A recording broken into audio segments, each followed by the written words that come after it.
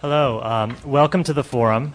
My name is Dan Goodman, and my partner here is Soo-Jung Hyun. Both of us are students at Harvard University, and on behalf of the Projects Committee at the Institute of Politics, we would like to welcome you all and thank the Forum Office and the Institute of Politics for being supportive and allowing this forum to happen, which took a very long time to put together, and we're really happy that so many people turned out.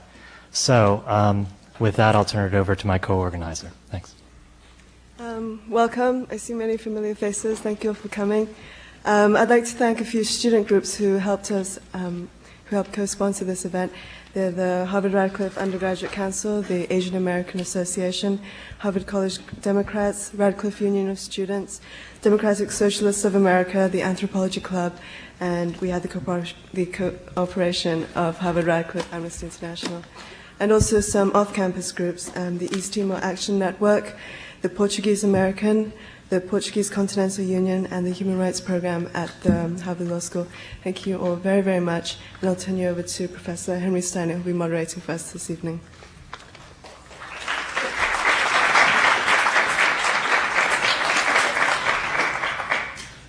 Good evening. I'm pleased, as I'm certain the panelists are, to find so many people interested in East Timor. One doesn't know whether to say the case of East Timor, the problem of East Timor, the agony of East Timor. It has been all of those things for a large number of years, featuring importantly in the discourse and writings about international human rights, but very little understood. I compliment those who put this panel and this event together, a chance to clarify what is meant by the problem of East Timor in what is for us a remote and not very well known part of the world, for us who live primarily here.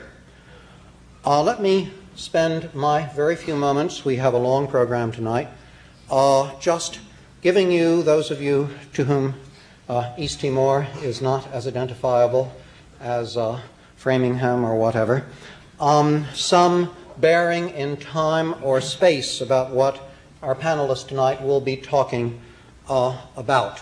The space puts us into an area between the Malaysian Peninsula and Australia. The island of Timor is located north of Australia and southeast of the Malaysian Peninsula on the more or less eastern fringe of the Indonesian islands.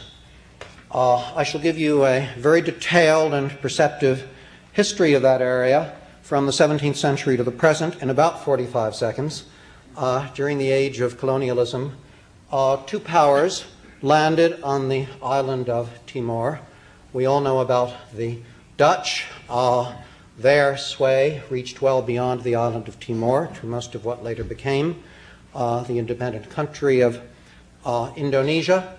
The Portuguese settled on East Timor, the eastern side of the island, with a little bit of the western side of the island too. The Portuguese language figures importantly in Timor history and culture. The religion is largely Catholic. The Portuguese imprint is clearly present.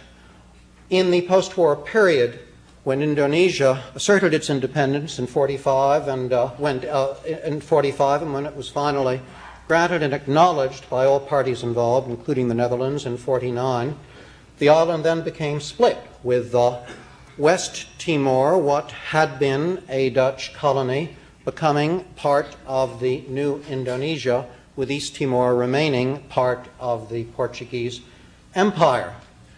A decade and a half later, or several decades later, in the, I guess a decade and a half, in the mid-60s, with the Portuguese mid-70s, the Portuguese Revolution, internally the taking of power by the military and the overthrow of the old regime, much of the Portuguese Empire dissolved with great speed. This took place particularly with respect to the major African colonies. Timor was more out of sight than Mozambique or Angola during that period, and a series of political events and formations took place with an expectable spectrum of political opinions and a variety of solutions about the status of East Timor, linked in some way to Portugal, linked in some way to Indonesia, totally independent, and so on. In this posture, with a great deal of ferment that probably our speakers will comment on, perhaps to some extent a bit more, Indonesia invaded the eastern part of the island in 1975, and what was meant to be a rather quick operation to absorb East Timor into the state of Indonesia. That absorption has taken place in the sense that a military occupation has continued on East Timor to the present. It has not taken place in terms of the quelling of resistance or the acknowledgement by the people of East Timor that they wish to be part of the state of Indonesia. Through this period, politics remained complex, fighting went up and down. There were a continuing period of military repression, anguish. The estimates in terms of those killed run at least to 60,000. The estimates of those whose lives were lost due to this occupation run from 1 to 200,000 when one takes into account displacement, starvation, and other phenomena accompanying a severe military occupation, repression, and guerrilla resistance. Throughout this period, then, there was more or less a stalemate. The United Nations passed resolutions, the General Assembly, urging Indonesia to leave in the 70s and into the early 80s. It has been relatively quiet until the present. Since that time, the attitudes politically of other countries have varied. One country, Australia, has de jure recognized the absorption of East Timor into Indonesia. The United States and several other countries de facto have accepted this absorption. Okay, so much for this very quick background, which speakers may draw on in their own talks. Before I introduce the speakers, we're going to start with a very brief video display from some CBS shots. So if everything is ready, perhaps we can let that roll.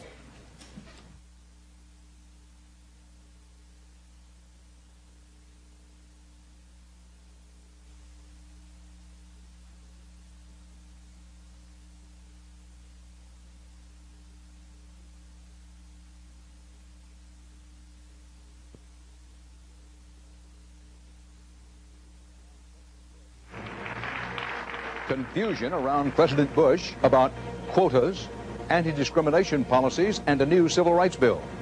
New evidence that Americans are worried sick about their families and making ends meet.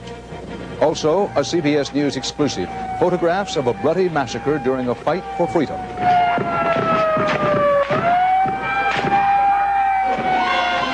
This is the CBS Evening News.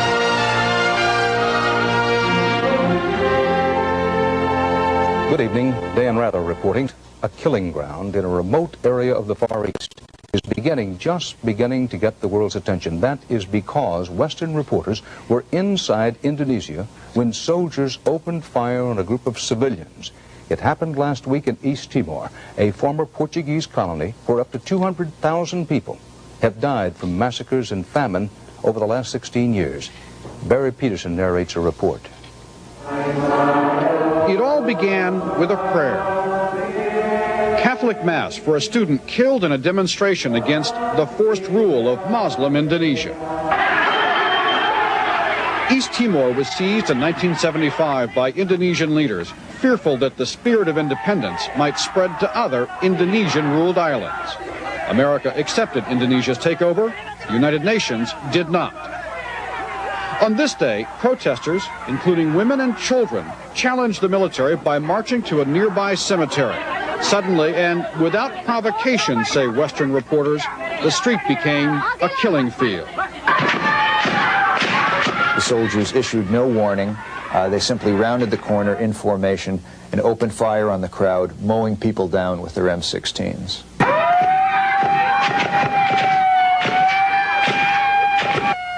Fleeing into the cemetery offered the only hope of escaping the massacre.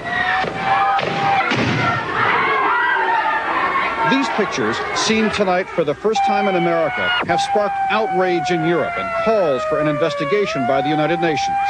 Foreign intervention, say those in East Timor, is our only hope.